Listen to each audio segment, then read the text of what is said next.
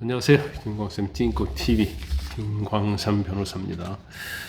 한동훈 대표가 복귀를 예고했습니다. 2달간 성찰의 시간을 갖고 머지않아서 찾아뵙겠다 이렇게 글을 올렸어요. 그래서 한동훈 대표가 정말 등판을 할까, 한다면 그에 대한 지지, 여론 이런 건 어떻게 될까, 이제 그 부분에 대해서 오늘 좀 말씀을 드리려고 합니다. 일단 오늘의 동영상을 시청하시기 전에 구독과 좋아요, 알림 설정 부탁을 드리고요. 아마 한동훈 전 대표의 이제 복귀 자체는 보수층 내부에서도 찬반이 굉장히 뜨거울 것 같아요. 그래서 오늘 댓글에 이 부분을 달아주시면 제가 참고를 하도록 하겠습니다. 일단 한동훈 전 대표가 많은 분 말씀을 경청을 했고 또 책을 쓰는 중이다 이렇게 얘기를 했어요.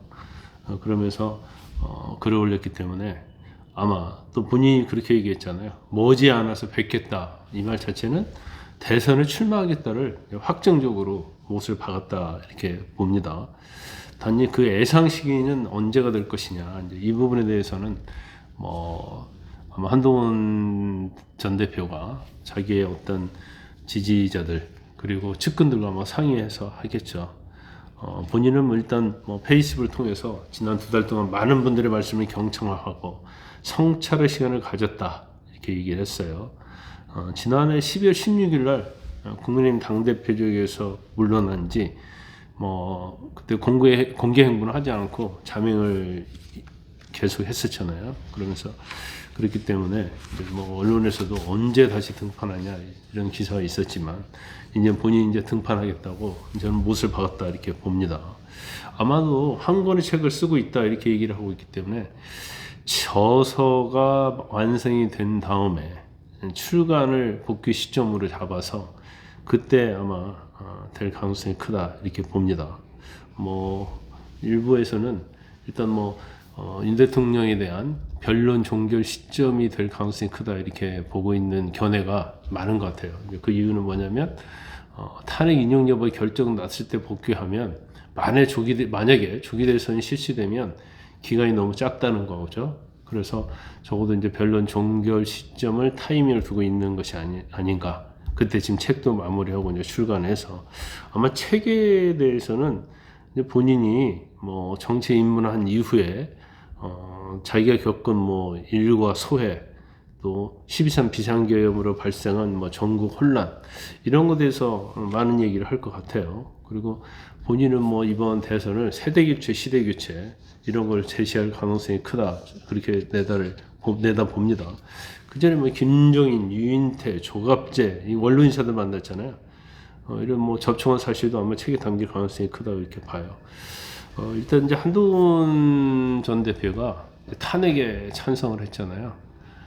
그러면서 국민의힘 대표로 물러났는데 여론의 지형이 굉장히 많이 바뀌고 있죠. 그 당시만 해도 탄핵이 돼야 한다는 의견이 굉장히 우세했는데 지금은 오히려 지금 역전 현상이 일어나고 있기 때문에 한동훈 전 대표가 사실 이제 복귀하는 데 있어서는 굉장히 부담감이 있을 수 있다고 봅니다. 일단 탄핵 소추에 앞장섰던 한동훈 대표에 대해서 이제 보수층이 이제 거대한 좀 반감이 상당히 많이 존재하는 건 맞죠.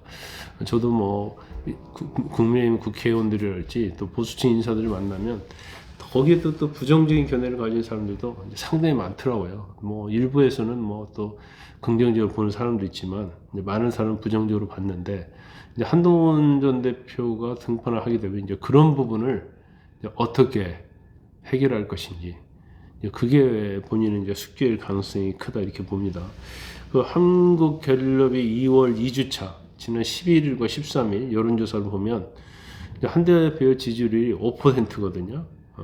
그리고 김문수 장관이 12%, 그리고 오세훈, 홍준표 이 두 시장이 5%예요. 그러니까 김문수 장관이 1강, 그리고 한동훈, 오세훈, 홍준표가 3강을 이렇게 구축하고 있다 이렇게 봐요. 그래서 저는 이제 개인적으로 볼 때는 탄핵이 인용 기각 여부가 결정이 됐을 때 이게 후폭풍이 이제 한동훈 전 대표한테 엄청나게 가버리면 사실 한동훈 전 대표가 굉장히 힘이 떨어지는 그런 상황이 될 거고, 또 경우에 따라서는 이게 뭐 인용이냐 기각에 따라서 워낙 이게 요동을 칠 것이기 때문에 뭐 후보자에 대한 것도 굉장히 요동을 칠 가능성이 크고, 그리고 제가 여러 번 얘기했지만 흑묘 백묘론 얘기하지 않았습니까? 제가 상당히 오래전에 얘기를 했었죠. 검은 고양이든 흑고양이든 쥐를 잡으면 된다. 쥐는 바로 이재명 대표를 말하는 거고, 그럼 내부에서 치열한 경선을 거쳐서 뭐 오세훈이 됐건 한동훈이 됐건 뭐 홍준표가 됐던 과연 이재명 대표하고 싸워서 가장 경쟁력 사람이 누구냐? 저는 그걸 이제 보수층에서 아마 전략적으로 선택할 것이다 이렇게 봅니다.